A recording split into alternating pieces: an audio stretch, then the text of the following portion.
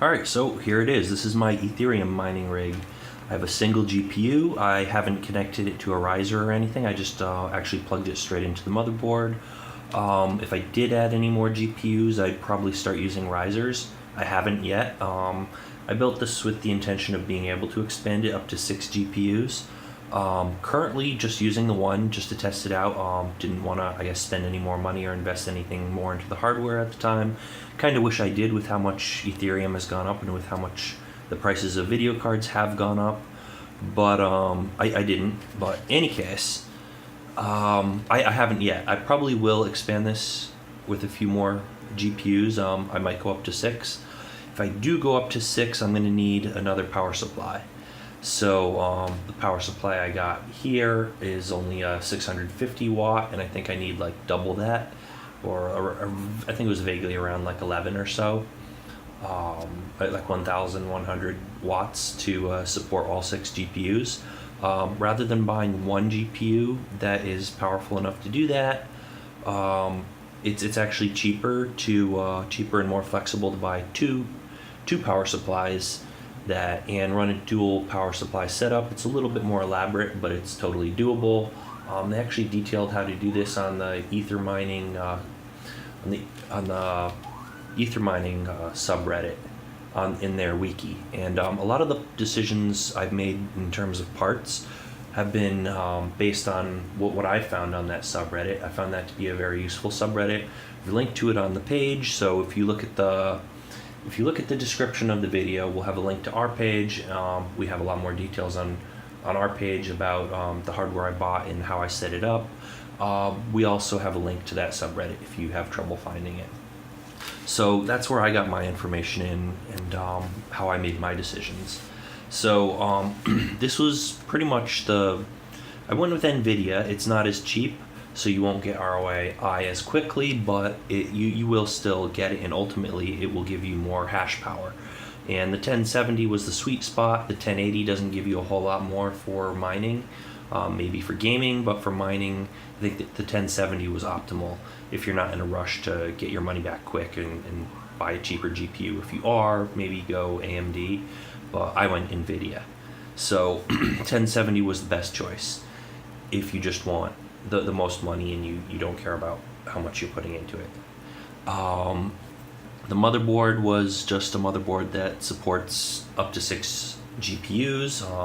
This is one that other people have used, so it's tried and true. I know there aren't any huge issues with it, and it's going to work. Beyond that, same with the power supply. And it was also recommended. So this is the power supply. I built everything into this like wire case here, so it's open air. This is basically optimal for airflow, except that I keep it in a closet, which is really wrong. But I have a 2-year-old running around, and I don't have a basement to keep it in or anything. So this is pretty much the only option I had, is keeping this in the closet. So let's take a look around here. The CPU I put in this thing is just a really cheap Celeron CPU. It was the cheapest one I could get that's compatible with the motherboard, and because the CPU does not do any of the work in a mining rig, not in an Ethereum mining rig anyways. Everything is being done by the GPU. So this guy here, my nice 1070, does really all the work. So got the cheapest CPU I could get just to get the system up and running. You'll see down here I have one stick of RAM. It's 4 gigs, so I got Patriot memory, Viper Elite Series, DDR4. It's 4 gigs RAM, 2400 megahertz, whatever. It's compatible with the board and it works. It gets the system up and running. The RAM isn't super critical or anything. Doesn't really matter for mining. Neither does the CPU, obviously. So all the GPU. The GPU is the GeForce GTX 1070 superclocked by EVGA. It's supposed to get a little bit more hashing power than some of the other 1070s, and it's a pretty good deal. I paid a little over $400 for it, probably about like $420-ish, something like that. They've gone up a lot now. I looked at them even used, they're like $750 or something. They're crazy now. So it's today it's March. It's early March 2018, and I actually bought the GPU back in September of 2017, so it was vaguely around 6 months ago. And the prices have gone up a lot. Ethereum's gone up from like the mid 200s up to like, I think it's somewhere around 800 now or so. So yeah, pretty good to be into Ethereum mining these days. I have a little system fan over here that basically just zip tied to the case. Zip ties have helped me a lot with this. Focus in there and take a look at my nice zip tying job. Also zip tied the motherboard to this nice little case I've built. And this was just this case is basically made out of wire. It's just a really cheap storage unit that we bought at Walmart, and it was meant to hold clothing in the closet. And this one was extra, and it turned out to be perfect for this. Combine this wire with the zip ties, and it's perfect. The hard drive down here is not an SSD. It's an old magnetic drive. It's old and slow. But it doesn't need to be fast because it's not a bottleneck for mining. A fast hard drive won't help you mine more. This was an old spare hard drive I had in my closet, so it didn't cost me anything. If you were to buy a new one for a new rig, just get the cheapest one you can that is big enough to hold your OS and stuff. Beyond that, unless you're planning on downloading a wallet onto your miner, which you probably shouldn't, you should put it on something else.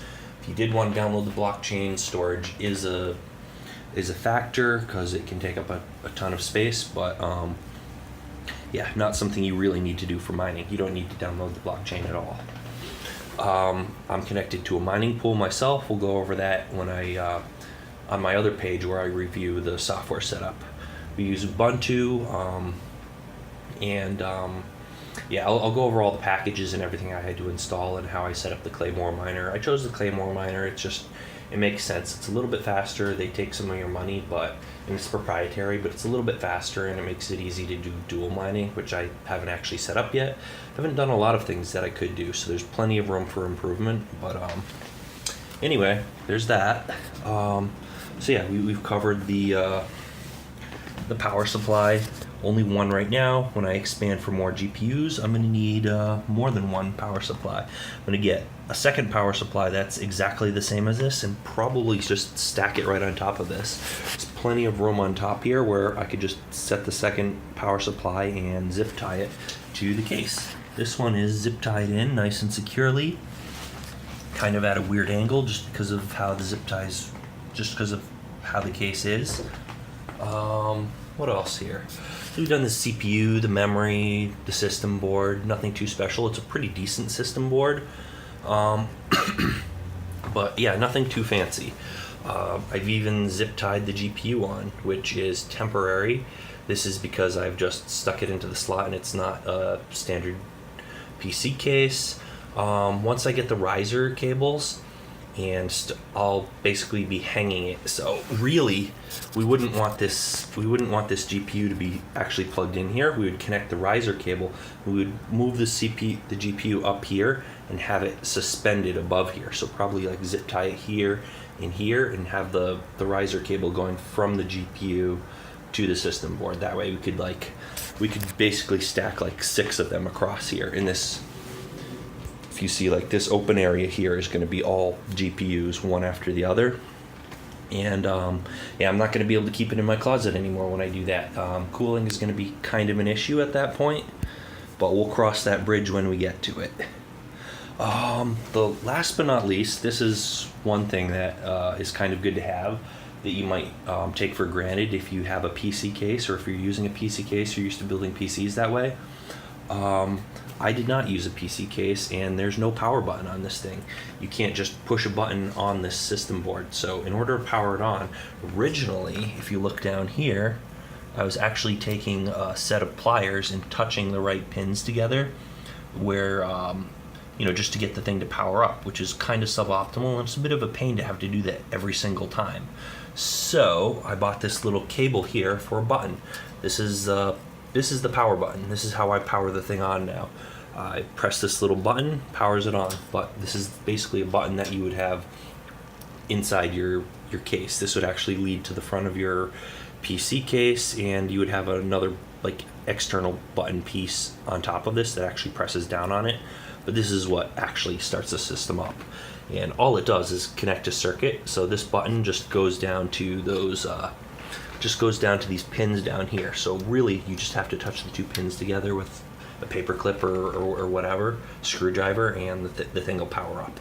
You want to touch the right ones, and if you don't touch the right ones, if you don't pay attention to what you're doing, I don't know if it'll necessarily burn things out, but it's probably you just want it. At the very least, it won't work, and it's kind of a pain. So this cost me about $2 on Amazon. I didn't buy it right away because it's not absolutely essential, but it didn't take me long to buy it because it is annoying when I have to, start and stop the system a lot.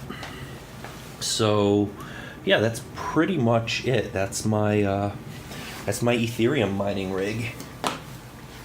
I'm actually I recorded the video of this thing running in my closet first, with the intention of recording this second. I'm probably going to put this section of the video first, and then I'm going to just append that section of the video with the running system at the end. So I'm going to have probably both of these sections of video together in one video. So yeah, placing one of these things in a closet is suboptimal. I can get away with it because I have just a single GPU. Still probably not a good idea, but for me it's a better idea than having my 2-year-old get into this, spill his drink on it, spill water on it, or just grab the cables and stuff. It could just lead to disaster. I don't have anywhere else to really put it, so I kind of wanted to build it. It's in the closet for now. I'm gonna have to figure out something else when I do eventually expand this to more GPUs. The closet's just not gonna cut it. It's I don't know, life on the edge. So I don't believe I've mentioned this yet, but so basically the system board is the Asus Prime Z270-P. So that's the model number. We're going to have that listed on our site, which we have the link to in the description of the video. Probably going to put the model number in the description of the video too. What else? So put the model number I'll put a model number in the link to the CPU and everything else I bought on our site, and probably the description of the video as well. I mean, you can see the power supply here. That was the EVGA Supernova 650G1. The power switch I showed you was the UXL power button switch. Nothing special, it's pretty generic. I've already gone over the GPU and gone over the details of that. We'll have a link to that in the description and on our site as well. I've gone over all the details for the memory, and same deal, we're going to put a link to that and all the details on our site and in the description. So that's pretty much it, all the details of the hardware. And it's about, I think that covers just about everything. Yep, that's all the extra information that I wanted to include in there, and that's about it. Alright, so this is an example of exactly what not to do. If you have an open air mining rig like this, don't place it in the closet. This is the opposite of what you should really be doing. Didn't really have anywhere else to put it myself, but the only way I got away with this and didn't burn the house down is that I only have a single GPU in here. So this thing has been sitting here since about September. It's March now, and Ethereum's gone up a lot. The price of the GPUs have gone up a lot. The GPU cost a little bit over $400 when I first bought it, and they're selling for about a little over $700, about $750 or so right now. I think I paid about $420 for it, something like that. So GPUs have gone up a lot, and Ethereum's gone up a lot. I only put one GPU in this for the moment, so and we'll talk about that a little bit more later, but it's not really generating that much heat. It's just creating a really warm closet. It's kind of suboptimal, but it's not going to start any fires or anything because I've been careful not to put any paper on top of it or anything like that. Still kind of dangerous and a good example of what you should not do. So don't do this. But in any case, yep, this is an example of an Ethereum mining rig housed in a closet. Really, you would want open space or something with fans. If I were to add any more GPUs than this, yeah, it probably wouldn't work out too well. I think even maybe one more GPU would mean I would have to place this somewhere else. It's been sitting here for a while, just generating Ethereum and working pretty well. I kind of regret not putting more GPUs in it and finding a better place to keep it. The hardware is set up so that I could run up to 6 GPUs. I would need another power supply. I'm gonna actually, this is actually running right now. I'm actually gonna shut it down and take it out to take a closer look at it in a bit. Let's just get a close look at it running.